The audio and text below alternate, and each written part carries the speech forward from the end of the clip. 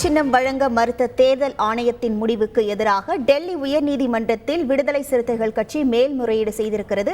இந்த மேல்முறையீடு மனுவை அவசரமாக விசாரிக்க கோரி தலைமை நீதிபதி தலைமையிலான அமர்விலும் முறையீடு செய்திருக்கிறது. கூடுதல் தகவல்களோடு இணைகிறார் நமது செய்தியாளர் வெங்கடேஷ். வணக்கம் வெங்கடேஷ். இந்த மேல்முறையீடு மனுவானது எப்போது விசாரணைக்கு வரவிருக்கிறது? விவரங்கள் என்ன? வணக்கம். மக்களவைத் தேர்தலில் சிதம்பரம் மற்றும் விழுப்புரம் ஆகிய தொகுதிகளில் விடுதலை சிறுத்தைகள் சார்பில் தொல் திருமாவளவன் மற்றும் ரவிக்குமார் ஆகியோர் சார்பில் வேட்பாளர்களாக முன்னிறுத்தப்பட்டுள்ளனர்.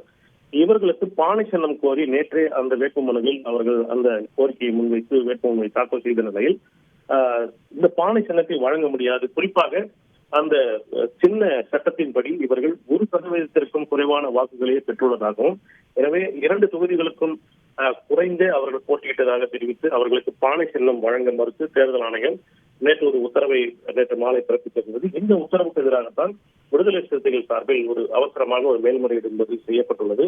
இந்த மேல்முறையீடு மனுவை அவசரமாக விசாரிக்க வேண்டும் என தலைமை நீதிபதி மன்மோகன் தலைமையிலான அமர்வு முன் முறையிடப்பட்டது. இந்த மனுவை இன்று பிற்பகலுக்குள் விசாரிக்குமாறு அந்த தேர்தல் வழக்குகளை விசாரிக்கும் நீதிபதியிடம் தெரிவித்துள்ளார்.